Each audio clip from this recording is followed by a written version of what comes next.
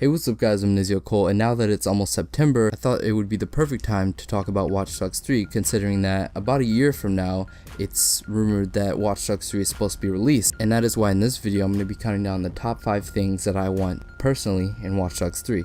Before we start, make sure to drop a like down below and let me know something that you're excited for in Watch Dogs 3, and yeah, let's get started. So, starting off with number 5, we have a non-lethal playthrough mode.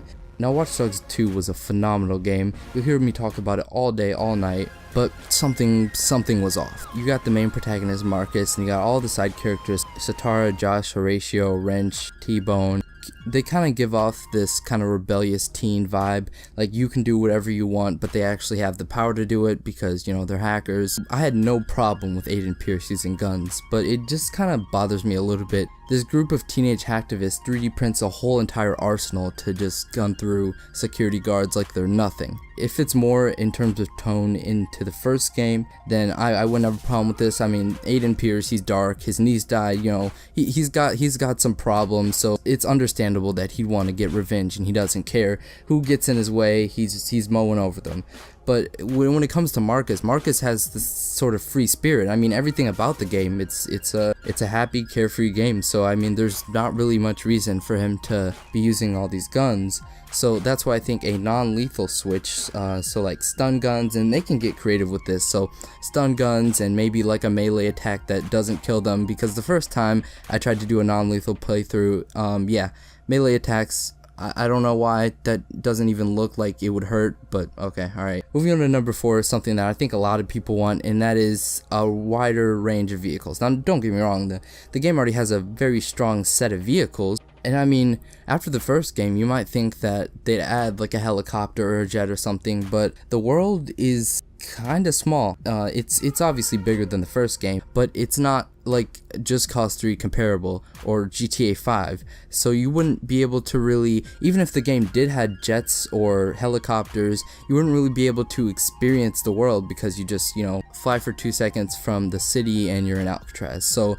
it doesn't really have a clear scale, so I'm kind of glad they left that out for Watch Dogs 2. And moving on to number 3, this one kind of goes hand in hand with number 4, a bigger map. And I'm not saying a bigger map full of nothingness, I'm saying a bigger map just full of everything. So like San Francisco times 4, and the reason I say times 4 instead of times 2 is because the map isn't really a big map, and times 2 probably wouldn't do justice to have jets and planes roaming around. So I'd say a times 4 is probably a good estimate on how big the map should be. And I mean, they're taking this extra year of development time, so it better be a good map, or else I want my money back. But nevertheless, I'll still buy it and most likely sink 200 hours into it within the first week. Moving into number 2 is a fan favorite from the first game, and that is digital trips. If you don't know, it's kind of like a Mario runner, but it kind of didn't feel like it fit the first game, because, you know, you got this big dude, Aiden Pierce. I feel like it would have been better to put in the second game because Marcus, you know, all the happy colors and stuff, instead of the, you know, kind of grim, like dark aesthetic of Chicago in the first game. So whatever theme they're going for, whatever Ubisoft is going for in terms of the tone in Watch Dogs 3, I hope that they should find a way to incorporate digital trips, because I really like that minigame, and honestly it should have been in the second game, but whatever. Coming in at number 1, get rid of the stormtroopers. Now you may ask, what do I mean by that? Well, okay, alright, let me show you this video.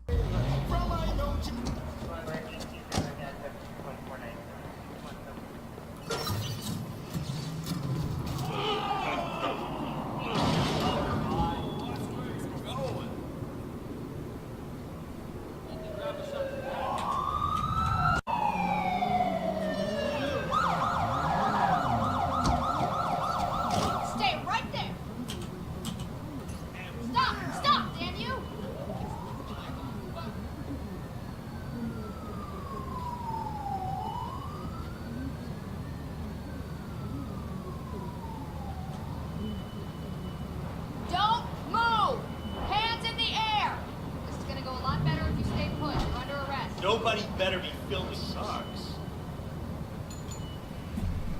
Anything you say may be used against you. Sorry, pal.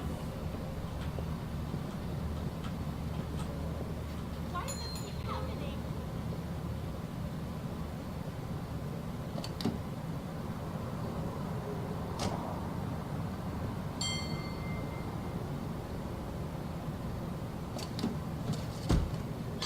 What the hell? Hold on.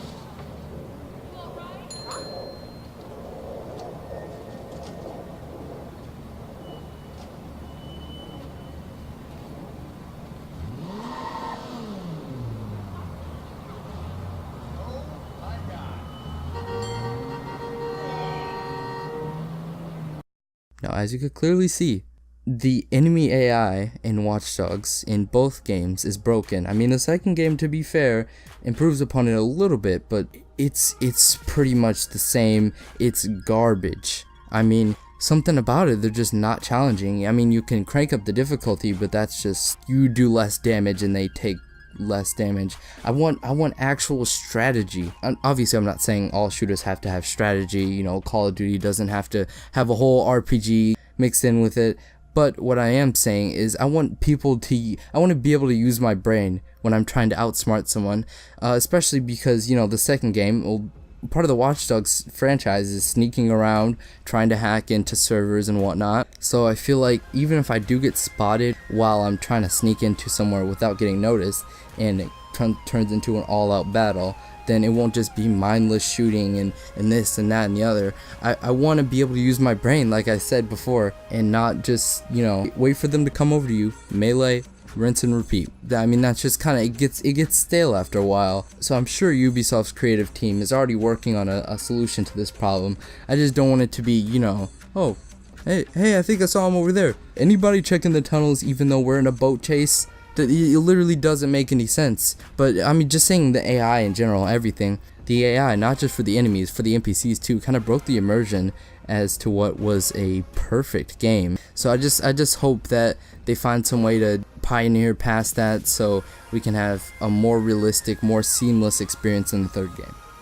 So yeah, I just wanted to count down the top 5 things that I wanted most in Watch Dogs 3. So I hope you guys enjoyed this video. Make sure you like and subscribe for more content like this, and I'll see you guys later. Peace.